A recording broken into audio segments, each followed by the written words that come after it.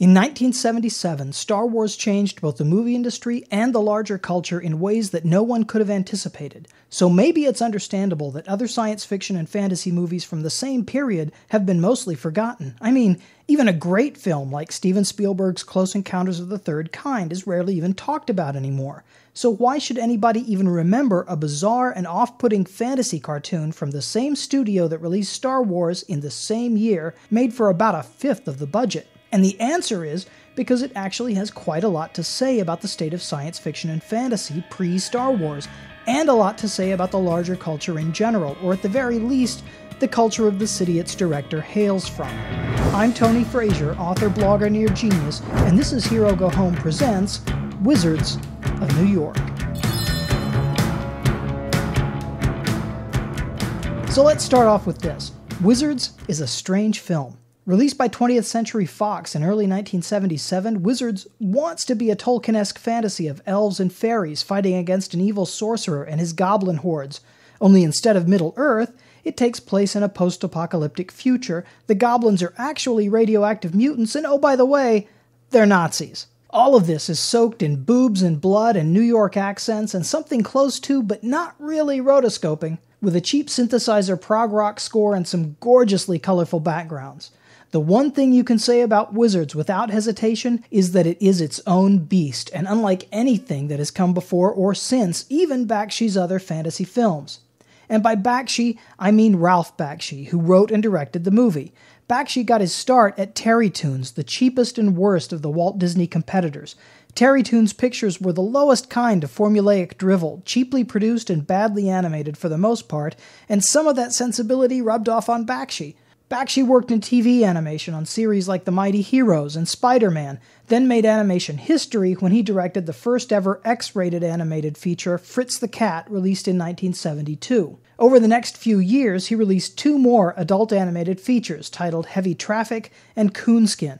Protests over Coonskin caused the studio to shut off funding for Bakshi's next feature in progress, Hey Good Lookin', which, like its predecessors, was an adult drama set in New York. So Bakshi decided to bow to market reality and make a kid-friendly animated film.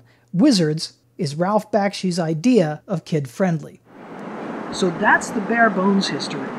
But exactly why did Wizards turn out the way it did? For that, we have to look back to that particular cultural moment in the mid-1970s, right before Star Wars came out and, in its own fashion, blew up the world. First, let's look at the cultural moment that science fiction and fantasy were going through. Science fiction and fantasy existed at the time in a kind of cultural ghetto. Although there were very dedicated fans, they didn't exist in the kind of numbers you see today. Science fiction was a very niche product for a very niche audience, and fantasy even more so, which means there wasn't a lot of money to be made in it, which means not many people were making more of it, at least in the movies or on television. Most of what did get made was either very cheap, very bad drive-in fare, or very expensive, very dull prestige projects like Forbidden Planet or When Worlds Collide. Fantasy was in an even worse spot. Most fantasy books being written at the time were bad imitators of Robert E. Howard, or else they tended to disguise their fantasy trappings in a science fiction wrapper. Anne McCaffrey's Dragon Riders of Pern books took place on an alien planet in the far future. Terry Brooks's Sword of Shannara, which came out the same year as Wizards, took place on a post-apocalyptic Earth in the far future, and started a wave of bad Tolkien imitators as opposed to bad Howard imitators.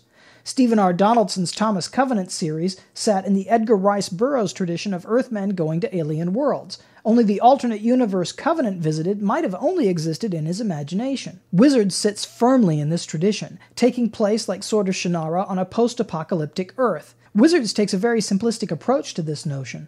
The emergence of magic and elves and fairies is communicated in the very silliest flower child hippie cliches, but at its roots, it's firmly in the mainstream of sci-fi and fantasy at the time. But what makes Wizards unique is the sensibility brought to it by writer-director Ralph Bakshi, a sensibility shaped by the city in which he lived, which is why I'm here in downtown Tulsa, home of some of the finest surviving Art Deco architecture in the world. I mean, it's not as if I was going to go all the way to New York to shoot this. Bakshi grew up in Brooklyn, New York, and before Wizards, his movies had been set in modern New York City. And you may not remember it now, but in the mid-1970s, New York was not a great place to be. Way back in 1949, New York was celebrated for being a wonderful town. New York, a wonderful town. The Bronx is up and the Battery's down. The people ride in a hole in the ground. It was the cultural and economic center of the United States and the longed-for destination of immigrants from around the world. But by 1961, the movies were taking a different view of New York. West Side Story presents a city with rival gangs fighting it out for territory. Yes, the film presents the violence as highly stylized choreography, but the first step had been taken. 1970 saw the film debut of The Out-of-Towners, a film starring Jack Lemmon and Sandy Dennis from a play by Neil Simon, about two tourists who have a nightmarish experience on their visit to the city. New York is portrayed as entirely hostile to outsiders. And then came the flood of dystopian portrayals of New York throughout the 70s. Death Wish, The Taking of Pelham 123, Taxi Driver, Serpico, Dog Day Afternoon, Network, even what might normally be considered an upbeat movie like Saturday Night Fever. All of them distorted by a New York that is teeming with corruption and violence.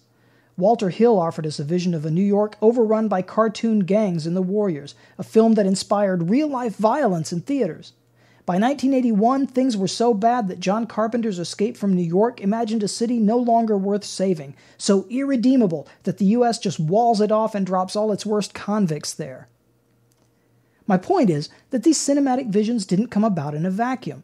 Rampant violence, corruption, decay, these were the stuff of news headlines about New York on a daily basis. The city suffered 2 strikes by sanitation workers in 1968 and 1981, which resulted in trash piled high in the streets.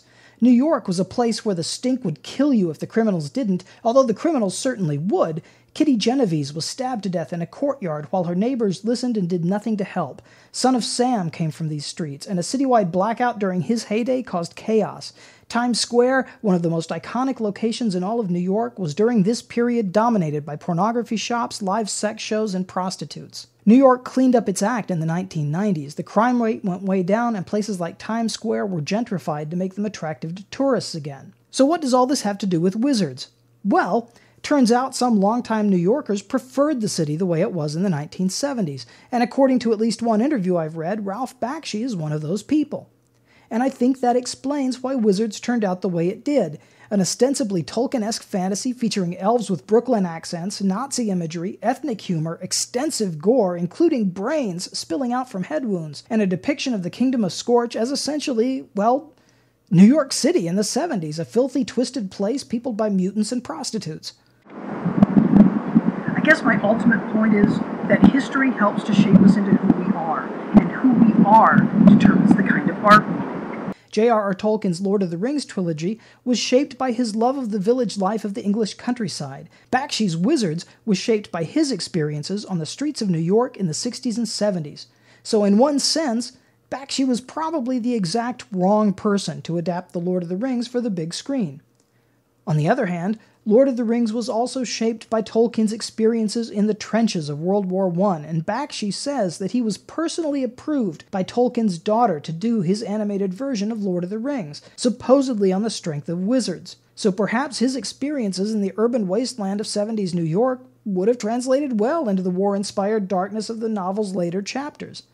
I don't know, because he never got to make the second part. So that's it for me. Let me know what you think in the comments below. If you like this video, please share it with others. Click like and subscribe if you want, or, don't if you don't want. And also, I'm thinking of starting a Patreon to help me make better videos and to, make a little money on the side myself. If you're interested, let me know that in the comments below as well. You can find me on Twitter at TonyFrazier1, or you can email me at TonyFrazier@HeroGoHome.com. Thank you.